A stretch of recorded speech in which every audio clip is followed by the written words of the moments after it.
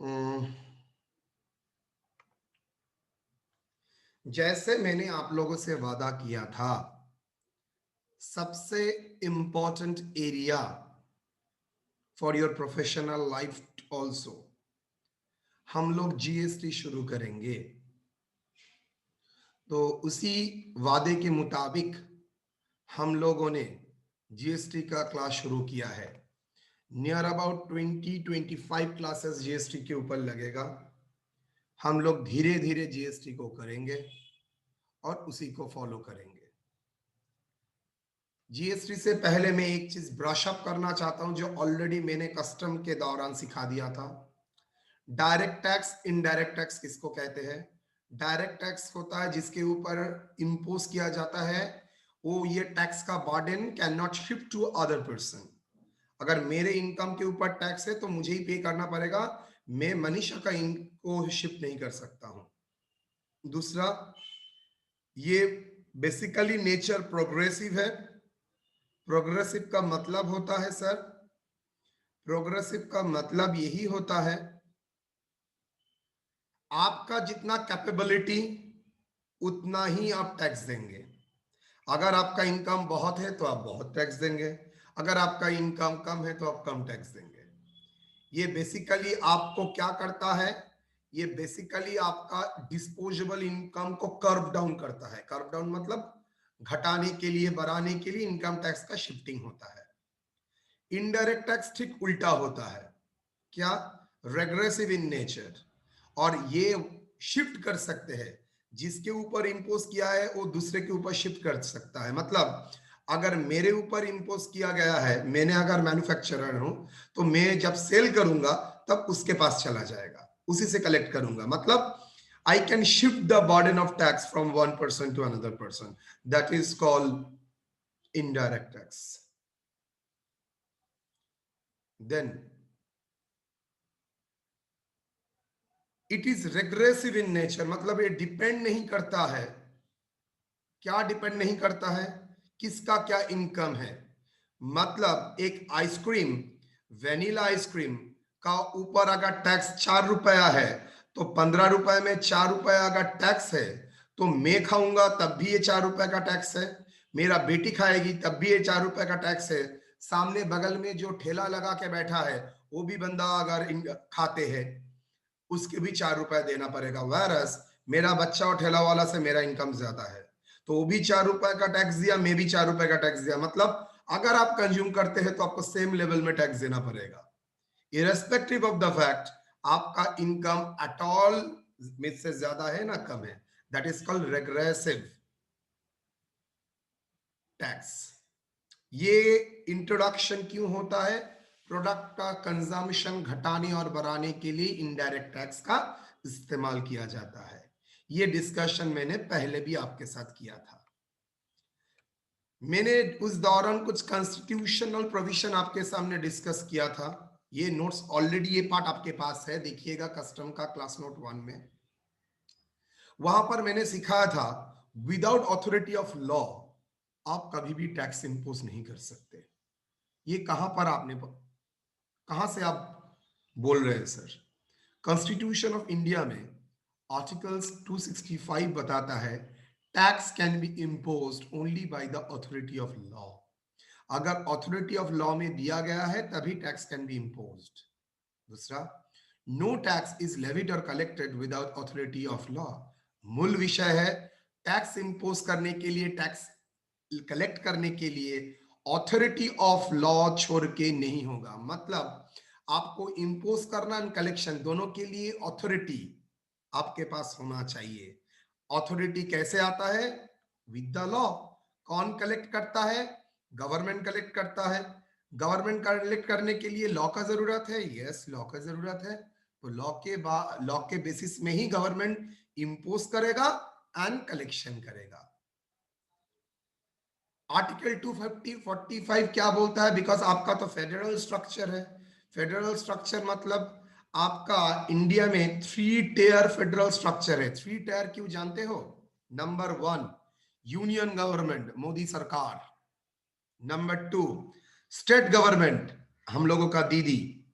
Number 3 local government, local body. Local government क्या होता है सर? कॉरपोरेशन, जहां का हम लोगों का जीबी प्रेसिडेंट ऑनरेबल फिराद हाकिम सर वहां का अभी एडमिनिस्ट्रेटर है और टेक्निकल कारण के लिए, लेकिन मेयर थे। तो ये 3 लेयर का गवर्नमेंट है हम लोगों का कंट्री में।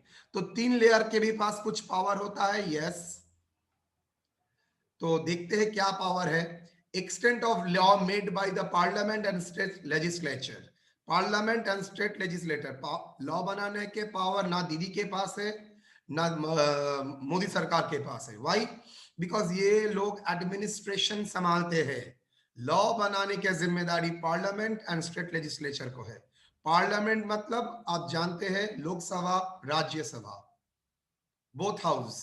स्टेट लेजिस्लेचर का मतलब है हम लोगों का जो असेंबली होता है वहां पर ऑल पार्टी का रिप्रेजेंटेटिव रहता है। उसके यूनानिमसली नहीं, मतलब सबका मैक्सिमम मेजोरिटी के बेसिस में लॉ का पास होता है। हर लॉ पास करने के लिए 3/4 मेजोरिटी रखता है। पार्लियामेंट का लॉ कहां पर एप्लीकेबल होता है? होल इंडिया में पार्लियामेंट का लॉ एप्लीकेबल होता है। और स्टेट लेजिस्लेचर का वो एप्लीकेबल होता है ओनली स्टेट और पार्ट ऑफ द स्टेट। मतलब चाहे तो होल वेस्ट बंगाल में एप्लीकेबल होगा और चाहे तो ओनली खिदीपुर एरिया में एप्लीकेबल होगा। पार्लियामेंट चाहे तो पूरा इंडिया में एप्लीकेबल होगा और चाहे तो सिर्फ वेस्ट बंगाल में और गुजरात में एप्लीकेबल होगा, बाकी स्टेट में एप्लीकेबल नहीं होगा। Article 246 of constitution of India, allocation of power to make the law। मतलब लॉ बनाने के लॉ बनाना पड़ेगा, वन पार्ट क्लियर। लॉ बनाने मतलब 265, ओके। कौन लॉ बना सकता है, कहां पर एप्लीकेबिलिटी होगा? बाप रे, केनो फोन करছে। हेलो, तुम मुझको फोन करके क्या होगा? तो अनइंस्टॉल करके इंस्टॉल करो। 100% सबका हो रहा है, तुम्हारा भी होगा।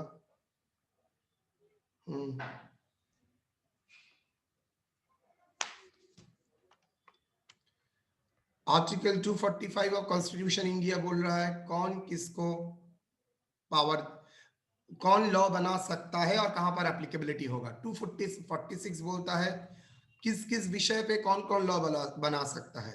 उसमें लिस्ट 1 मैंने क्या दिया था? Income tax, other than agriculture, customs duty, और भी है मैंने नहीं लिखा। ईएन मतलब एंट्री नंबर, वो यूनियन लिस्ट के तहत होता है।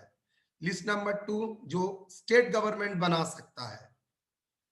लिस्ट 3 कॉन्करेंट लिस्ट, जहां पर law government of West Bengal भी बना सकता है, सॉरी स्टेट वेस्ट बंगाल भी बना सकता है, स्टेट यूनियन भी बना सकता है, स्टेट गवर्नमेंट भी बना सकता है एंड यूनियन गवर्नमेंट भी बना सकता है। एजुकेशन, फॉरेस्ट, आप लोग देख रहे हैं आप लोगों का एग्जाम का matter most of the time UGC UGC बोल रहा है। मतलब है तो sir government of West Bengal के अंडर में, लेकिन हम लोग के ऊपर पिताजी, सबसे बड़ा पिताजी कौन है? यूजीसी, दिल्ली। हायर एजुकेशन का मतलब यही है। स्कूल लेवल में सिर्फ गवर्नमेंट ऑफ वेस्ट बंगाल का ही मैटर चलेगा। हायर एजुकेशन में क्या यूजीसी अल्टीमेट है। यूजीसी अगर चाहे तो कल ही बोल सकता है सब एग्जाम को कैंसिल करके पूरा ऑफलाइन में सब बैठ के एग्जाम दो, तो एप्लीकेबल होगा, नहीं तो डिग्री को डिनाई कर देगा, फंस जाएंगे आप लोग। Next, list 1 union list. Union list में जो जो लिस्ट है मैंने 2-3 दिया है, और भी लिस्ट है, वो सिर्फ पार्लियामेंट पास कर सकता है। स्टेट लिस्ट जो सिर्फ respective assembly, state assembly can pass. Concurrent जो पार्लियामेंट भी पास कर सकता है, स्टेट असेंबली भी पास कर सकता है। ये मैटर बेसिकली मैंने कर दिया था ना। इसके ऊपर पहले ओल्ड रेजिम क्या था पहले देख लेते हैं। Old system,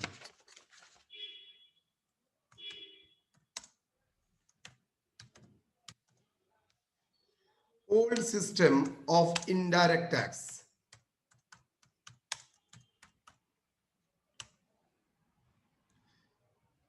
India has a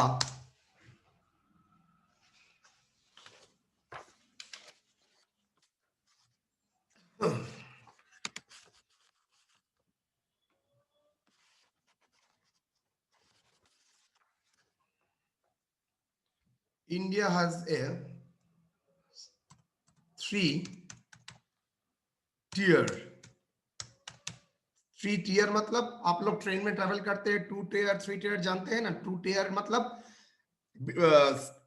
stage 1 stage 2, पहला लोअर अपर, इसको जो बोलते हैं इसको टीयर बोलते हैं, TIER। 3 tier federal structure,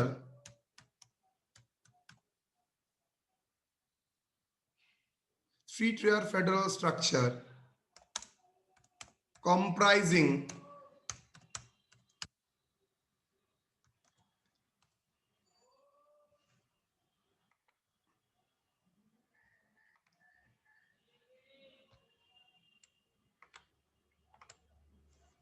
union government,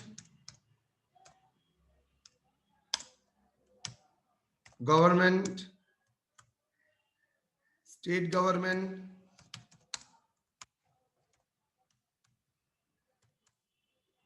local government.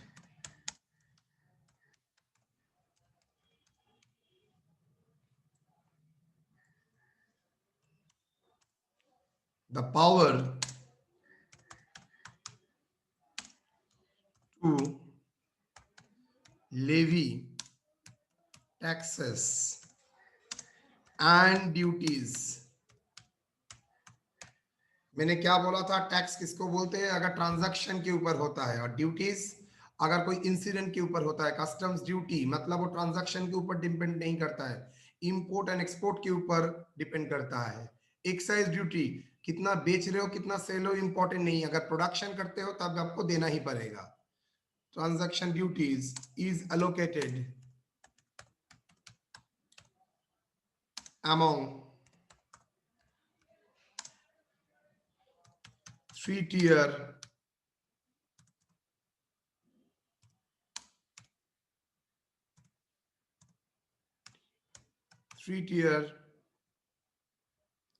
governments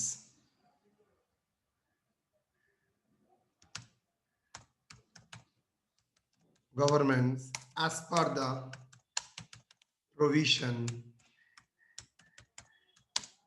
of constitution।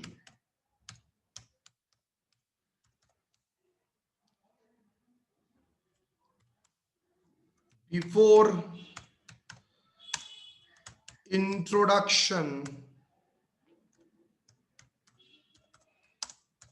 of GST in India, थोड़ा हिस्ट्री जानना चाहिए नहीं तो आपके दिमाग में नहीं आएगा। Before introduction of GST in India, the major indirect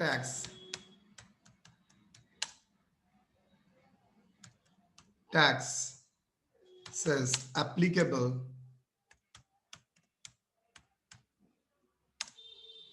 where क्यों बोल रहा हूं, बिकॉज आप एप्लीकेबल नहीं है। क्या है, एक्साइज ड्यूटी किसके ऊपर लगता है, देखिए ड्यूटी है, कभी भी ट्रांजैक्शन नहीं बोलेगा। ऑन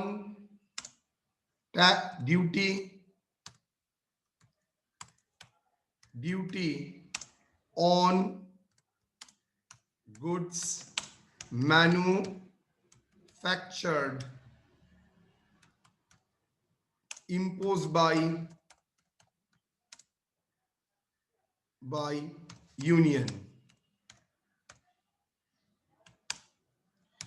गवर्नमेंट मतलब सेंट्रल गवर्नमेंट। चलिए बाय सेंट्रल, चलो बाय यूनियन गवर्नमेंट भी रखते हैं, union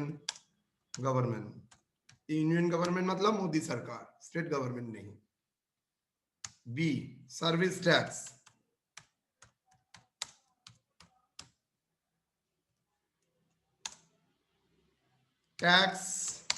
on service rendered with consideration।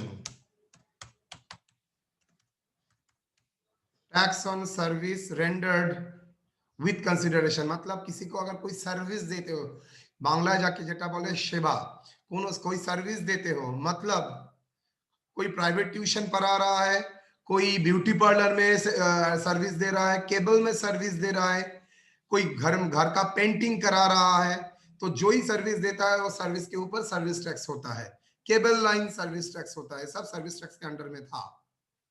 ये भी impose by union government.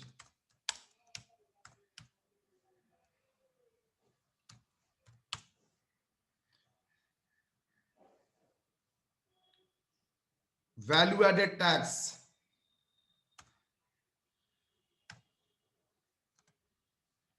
Value added tax आपने सब नाम सुना है, वैट,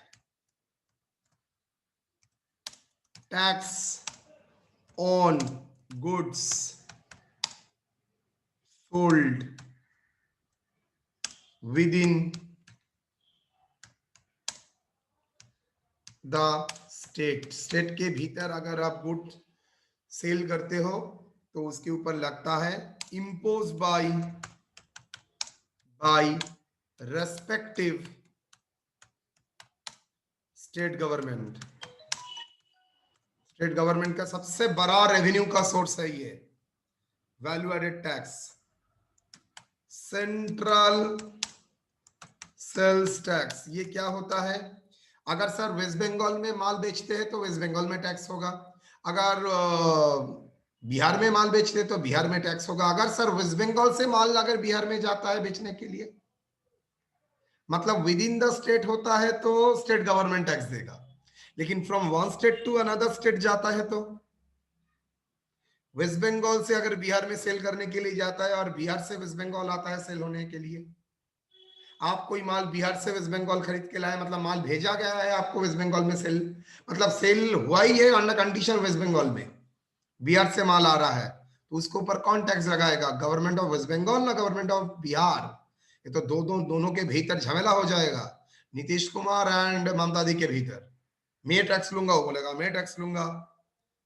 मैटर को पहले ही कॉन्स्टिट्यूशन जिसने बनाया था उसके दिमाग में था ये ऐसा झमेला होगा, इसलिए पहले ही उसको हटा दिया था।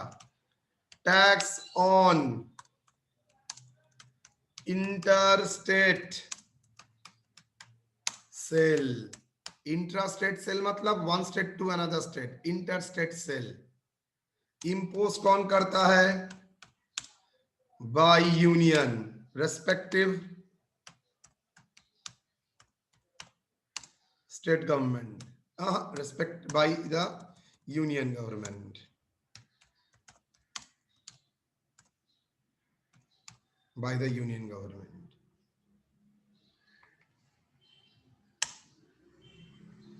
ओके, नाउ ये था पहला रेजिम में इतना टैक्स, और भी एक टैक्स लगता था जो अभी भी है, that is customs duty. Duty तो नेचुरली क्या होगा? Duty on export and import. देखिए सेल में भी ट्रांजैक्ट प्राइस इन्वॉल्व है, यहां पर सेल में भी प्राइस इन्वॉल्व है, goods sold, tax on interstate goods sold, मतलब सोल्ड मतलब सर ये तो ट्रांजैक्शन हो गया, लेकिन ड्यूटी जहां पर मैंने लिखा है देखिए वहां पर इवेंट देखिए, मैन्युफैक्चर इवेंट देखिए,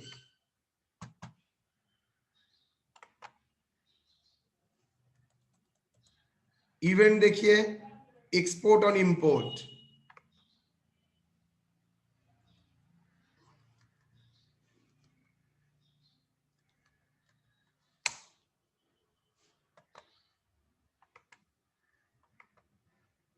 चलिए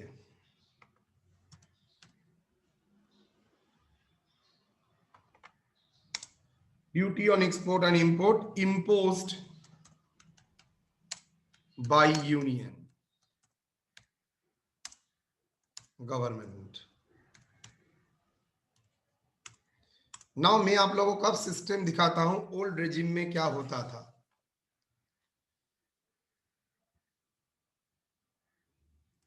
illustration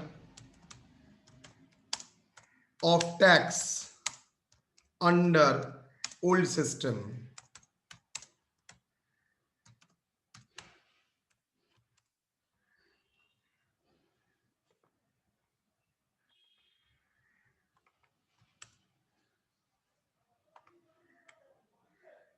illustration of tax under old system. पहले क्या होता था, मान के चलते हैं simple case 1, mister A of West Bengal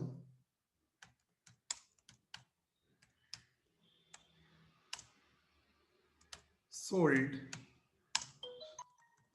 manufacture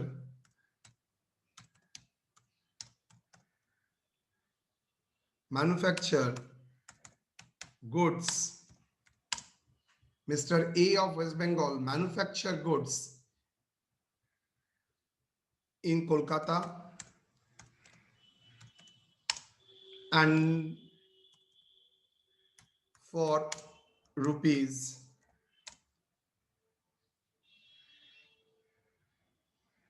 10,000 and sold to B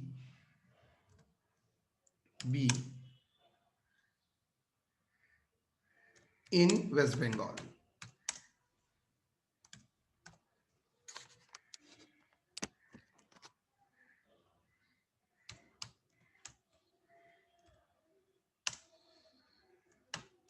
Excise duty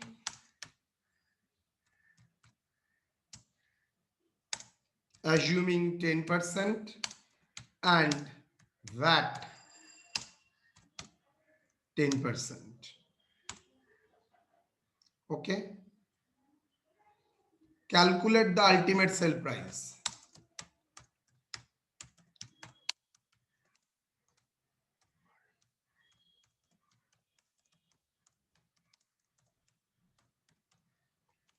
क्या होगा?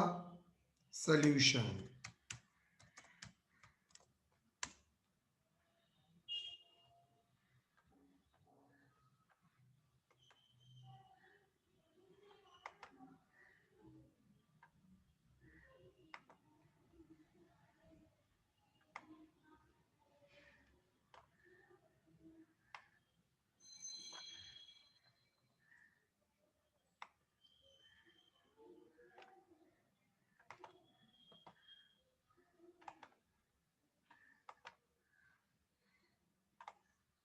अच्छी तरह से देखिएगा। पर्टिकुलर्स कैलकुलेशन रुपीज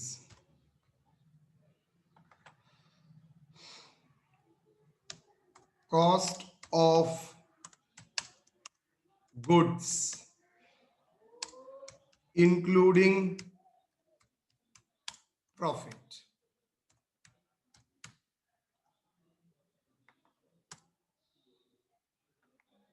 देखो दे दिया है 10,000, इसके ऊपर क्या ऐड होगा? ऐड गुड्स मैन्युफैक्चर किया था, cost of the goods including profit, मतलब ये 10,000 रुपया सब कुछ मिला के, तो एक्साइज ड्यूटी किसके ऊपर लगेगा? ये गुड्स के ऊपर एक्साइज ड्यूटी लगेगा। तो चलिए एक्साइज ड्यूटी मतलब ये प्री जीएसटी रेजिम बोल रहा हूं, illustration of tax under old system. Excise duty किसके ऊपर लगेगा? 10%। तो पहले होता था 10% ऑन 10,000, कितना हुआ? 1,000। टोटल क्या हुआ? 11,000। That is called assessable value. Assessable value add VAT कितना? At the rate of 10%। किसके ऊपर होगा? ये जो 11,000 के ऊपर होगा, इनटू on 10% on 11,000 क्या होगा 1,100। तो सेल्स प्राइस होगा 12,100। टैक्स का कंपोनेंट होगा, टैक्स कंपोनेंट कितना होगा, ऊपर में 1,000 और नीचे 1,100, दैट इज 2,100। नाउ एक चीज आपने गौर किया है, अगर 10% है तो सर 10% ऑन 10,000 ही होना चाहिए था, और ये भी 10% 10,000 के ऊपर ही होना चाहिए था। मतलब यहां पर तो सर 20% ऑन 10,000 मतलब 20,000 2,000 होना चाहिए, लेकिन टैक्स का कंपोनेंट हो रहा है 2,100। क्यों? आपने देखा नहीं है, वहां हम लोगों का प्रीवियस सिस्टम में बहुत बड़ा अनोमली था। हम लोग क्या करते थे, सिर्फ टैक्स ऑन गुड्स के ऊपर टैक्स नहीं लेते थे, टैक्स ऑन टैक्स भी लेते थे। सर कहां टैक्स ऑन टैक्स, ये देखिए 10% ऑन 11,000, 11,000 मतलब क्या है, 10,000 तो गुड्स का दाम प्लस 1,000 टैक्स है ना, इसका मतलब tax on tax, I am repeating, tax on tax, इसका ही नाम बोला जाता है cascading effect. Tax on tax जो लॉजिकली होना नहीं चाहिए था, लेकिन पहले सिस्टम में ये होता था। टैक्स ऑन टैक्स जिसका और एक नाम है कास्केडिंग,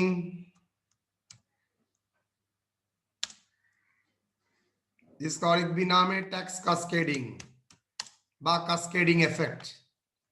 कितना टैक्स का कास्केडिंग, 10% मैंने सिर्फ 10,000 के ऊपर नहीं लगाया है, 1,000 के ऊपर भी लगाया है, 1,000 टैक्स ऑन टैक्स कितना 100।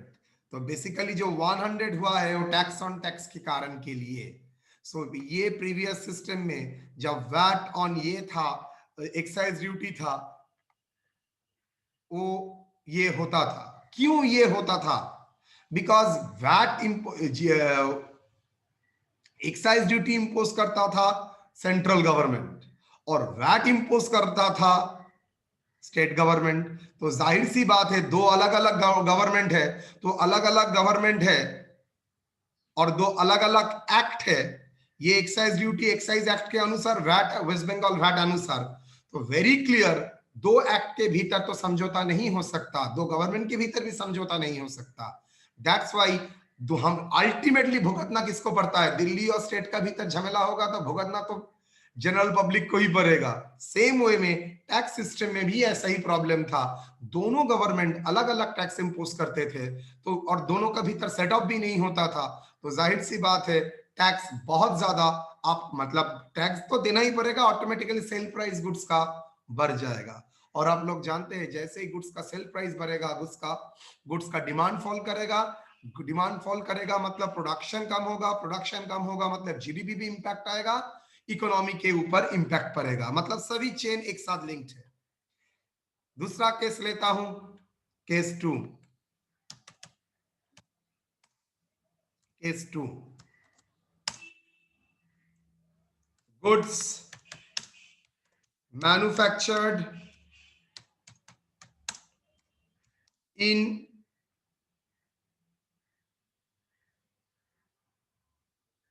goods manufactured in Bihar, rupees 10,000, sold by Mr. A, sold to Mr. B of West Bengal, and further sold to consumer, C, for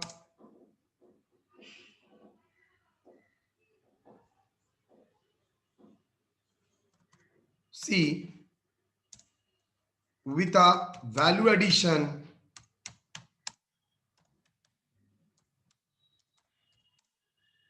rupees 3,000. Calculate the sales price and tax.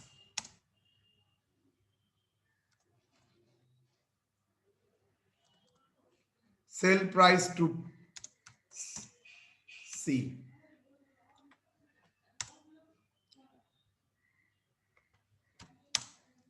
Excise duty 10%. Bihar से वेस्ट बंगाल आ रहा है मतलब CST, central sales tax, CST central sales tax. चलिए, central sales tax 10%,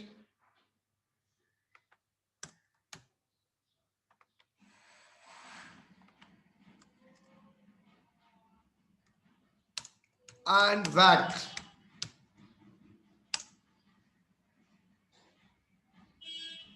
10%।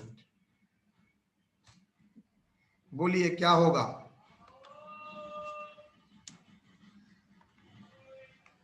ये B, ए है producer, ए कौन है सर? ए है प्रोड्यूसर, बी है डीलर और सी है कंज्यूमर। चलिए, कंज्यूमर और रिटेलर व्हाटएवर, गुड सोल्ड ये कहां है? 10,000 including profit. Excise duty 10% central government लेगा 1,000, असेसेबल वैल्यू 11,000। तो क्या लगेगा यहां पर? पहले क्या लगेगा यहां पर? यहां पर लगेगा सर वेस्ट बंगाल, बिहार से वेस्ट बंगाल आ रहा है, सेल हो रहा है तो एक्साइज ड्यूटी तो देना पड़ेगा, प्लस बिहार से वेस्ट बंगाल सेल हो रहा है मतलब सीएसटी लगेगा, central sales tax 10% on 11,000, 1,100। Okay, sale price to West Bengal to be कितना होगा? 12,100। एड, बी ने क्या किया? सी को सेल किया लेकिन with value addition. Add value addition मतलब वो कुछ खर्चा तो रिकवर करेगा ना। वैल्यू एडिशन कितना किया? I think 3,000।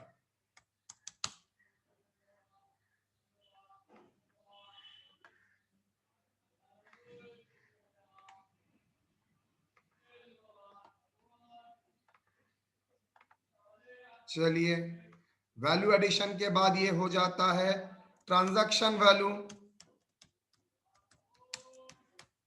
वैल्यू कितना हो जाता है? 15,100। नाउ अब वो सेल कर रहा है एड वेस्ट बंगाल का पीपल पब्लिक वेस्ट बंगाल में ही सेल कर रहा है, वेस्ट बंगाल का डीलर वेस्ट बंगाल को ही सेल कर रहा है, that is VAT at the rate of 10%। क्या होगा? 1510। तो अल्टीमेट सेल्स प्राइस कितना हुआ?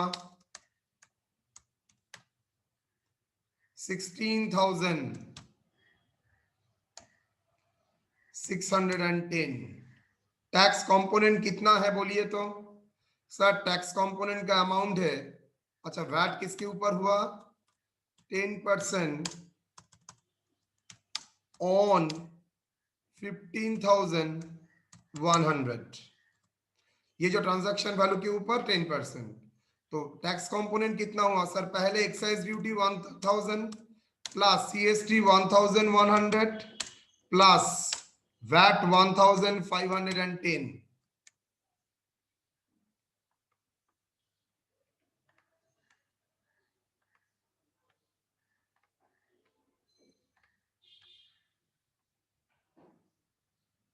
कितना होगा?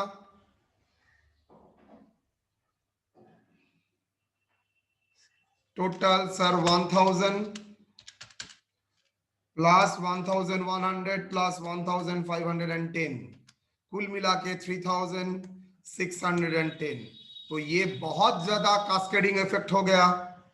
लॉजिकली आपको टैक्स होना चाहिए था जो उससे ज्यादा टैक्स के ऊपर टैक्स हो गया।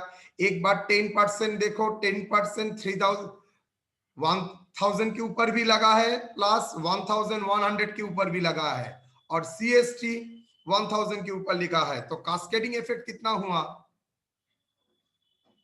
10% ऑन ये 10% 11,000 के ऊपर लगा है। 11,000 के भीतर टैक्स कितना पार्ट है? टैक्स का पार्ट है 1000, तो 10% 1000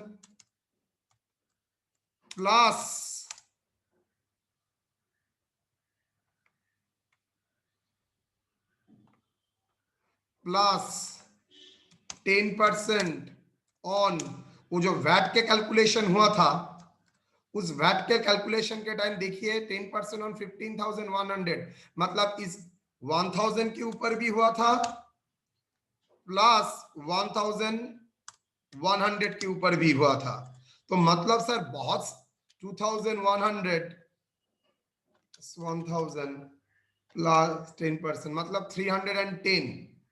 मतलब देखिए सरकार के गलती के कारण के लिए, बिकॉज 3 टैक्स डिफरेंट एक्ट में आता है, 3 डिफरेंट टैक्स के लिए, excise duty excise act, CST central sales tax act, VAT value added tax, 3 tax act के लिए आपको मतलब कंज्यूमर को 310 रुपया एडिशनल पे कर रहा है। मतलब जो लॉजिकली दाम होना चाहिए था 16,300 और वहां पर आप 16,310 दे रहे हैं, because of the 3 acts.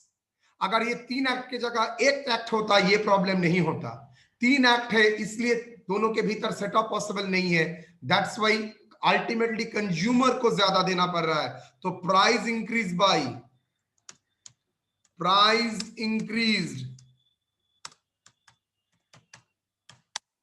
Rupees कितना?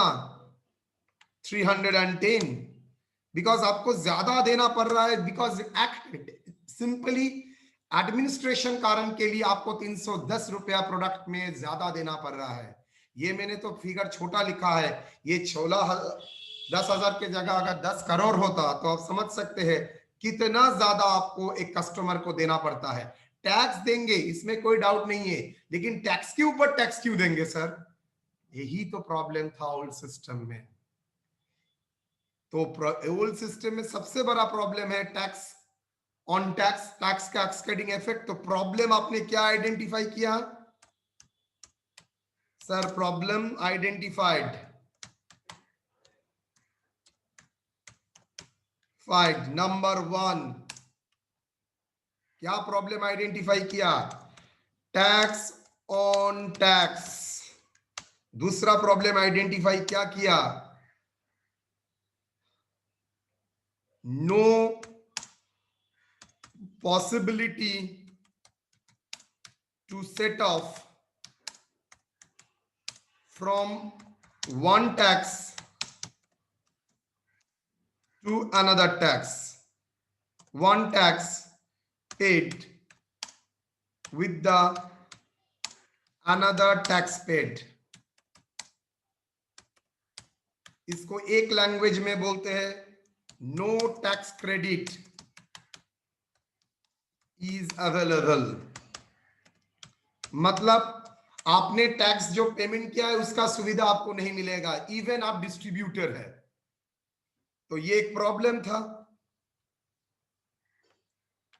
विद इन द एक्ट मिलता है लेकिन विदाउट आउटसाइड द एक्ट नहीं मिलता है। 3, तो आपको अगर 3 एक्ट का है तो आपका डॉक्यूमेंटेशन भी बढ़ जाएगा, टैक्स एडमिनिस्ट्रेशन का खर्चा भी आपको बढ़ेगा, high cost to the consumers को हाई पेमेंट करना पड़ रहा है। 4, reduction of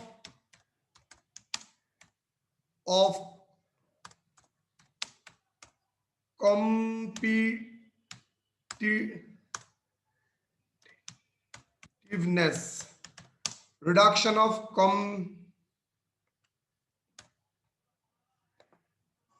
competitiveness,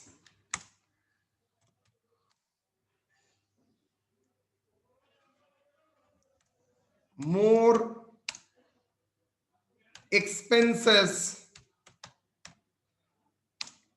for tax compliance। मतलब आपको एक बार सीएसटी का फाइल करना पड़ता है, वैट का फाइल करना पड़ता है, जीएसटी का, एक्साइज ड्यूटी का फाइल करता है, मतलब मोर टैक्स कंप्लायंसेस, आपको बहुत ज्यादा टैक्स कंप्लायंसेस फॉलो करना पड़ता है। बिकॉज सब आप अगर 3 एक्ट के भीतर काम करते हैं तो 3 एक्ट के लिए आपको बार बार देखना पड़ता है। सिंपल एग्जांपल, अगर कॉलेज में क्लास नहीं होता तो आपको कॉलेज का भी अटेंड करना पड़ता है।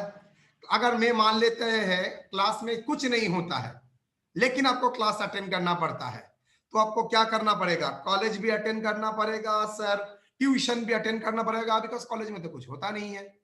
तो इतना जगह आपको जाना पड़ेगा, आपका ट्रांसपोर्टेशन लगेगा, मतलब आपका खर्चा अल्टीमेटली बढ़ जाएगा। इससे क्या होगा? आइदर 1-2 दिन आप ट्यूशन नहीं जाएंगे और 3-4 दिन आप कॉलेज नहीं जाएंगे। तो अगर एक जगह में आपका पूरा ही मैटर आपको मिल जाता है, पूरा ही क्लास परफेक्ट मिल जाता है, तो आप लोग क्यों जाएंगे? अगर नहीं मिलता तो हाँ सर, एक बार यहाँ पर भी एस के गाली के कारण के लिए एक बार यहाँ पर आओ, एक बार वहां कॉलेज में तो पढ़ाई होता नहीं है तो यहाँ पर एक बार ट्यूशन में जाओ। तो अगर ऐसा कुछ मैकेनिज्म में करता, सो जहां पर आपको मैं यहां पर ही रोक सकता हूं, पूरा सॉलिड नोट्स देके एवरीथिंग, तब आपको जाने की जरूरत नहीं होता। अगर मैं आपको सारा दिन ज्ञान ही दे जाता हूं, कोई क्लास में प्रॉब्लम नहीं कराता हूं, क्लास नोट्स नहीं देता हूं, तो आप लोग क्या करते हैं? आपको अल्टीमेटली एग्जाम देने के लिए किसी के ना किसी के पास तो जाना ही पड़ता। तो कंप्लायंस बढ़ जाता है, एग्जाम देने के लिए कंप्लायंस बढ़ जाता है। तो ये 2 सिस्टम के भीतर मैंने आपको समझा दिया है। क्या आपको क्या क्या प्रॉब्लम आपने आइडेंटिफाई किया है? आपको टैक्स ऑन टैक्स, मतलब इसको एक नाम में कास्केडिंग इफेक्ट। दूसरा क्रेडिट, एक टैक्स दे रहा है दूसरा टैक्स से माइनस नहीं होगा, मतलब ये जो टैक्स पेमेंट कर रहा है 15,1510, यहां से पहले जो टैक्स पेमेंट किया था 1100 माइनस करने का कोई चांस नहीं है। तो अल्टीमेटली कंज्यूमर को ज्यादा बियर करना पड़ रहा है। No possibility of set off high cost to consumer, ultimately consumer को भुगतना पड़ेगा बिकॉज कंज्यूमर को ही अल्टीमेटली कंज्यूम करता है। कॉम्पिटिटिवनेस रिडक्शन, नेचुरली प्रोडक्ट का प्राइस बढ़ेगा तो आप बाहर का कंट्री मुल्क के साथ आप कंपेयर नहीं कर सकेंगे। मोर टैक्स कंप्लायंस, आपको अगर 3 एक्ट को फॉलो करना पड़ेगा, आपका कंप्लायंस भी बढ़ जाएगा। तो आज का क्लास में मैंने सिर्फ इतना ही देखा है, ओल्ड सिस्टम में क्या था, ओल्ड सिस्टम में कैसे वर्क होता है और क्या क्या प्रॉब्लम ओल्ड सिस्टम में था। तो मुझे ऐसा कुछ सिस्टम लगेगा जो ये मैटर को कवर कर सकेगा। और आप लोग जानते ही ये सॉल्यूशन, एक ही सॉल्यूशन है इसका। ये प्रॉब्लम का रीजन क्या है? बिकॉज 3 एक्ट 4 एक्ट, सॉल्यूशन है 1, क्या सॉल्यूशन है? 1 tax 1 nation. Without that is not possible. 1 tax 1 nation, because ये प्रॉब्लम तो आइडेंटिफाई हुआ है। रीजन क्या है? रीजन क्या है? मेरे लिए एक ही रीजन है, दैट इज 1 डिफरेंट टैक्सेस। दूसरा डिफरेंट टैक्सेस, एक ही कारण है, different taxes। reason 1 is single reason, different taxes by different authority। एक बार यूनियन चपा रहा है, एक बार स्टेट चपा रहा है, तो हम लोगों के लिए प्रॉब्लम हो रहा है ना अल्टीमेटली। तो सॉल्यूशन क्या था? सॉल्यूशन सर एक ही है, वन टैक्स वन नेशन। तो ये था प्रॉब्लम, ये था रीजन इस प्रॉब्लम का क्या है, और ये था इसका सॉल्यूशन क्या है। तो मैंने आपको जीएसटी का प्लेटफॉर्म क्रिएट करके रख दिया। जीएसटी ऐसा कुछ जरूरत पड़ेगा जिसके लिए, मतलब वन नेशन वन टैक्स, तो one nation one tax one nation, इसका मतलब ही है एक देश एक टैक्स। तो इसी का ही इंट्रोडक्शन से ये सब प्रॉब्लम हम लोग धीरे धीरे रिमूव कर सकेंगे। इसके लिए जो जीएसटी एप्लीकेबल हुआ है, बाकी बात मैं कल आप लोगों के साथ करूंगा। ठीक है, चलिए मैं आपको बोलने के लिए मौका दे रहा हूं, एनी डाउट है तो बोलिए।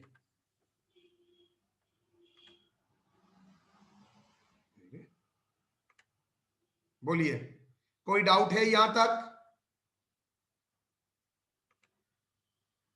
कोई डाउट है?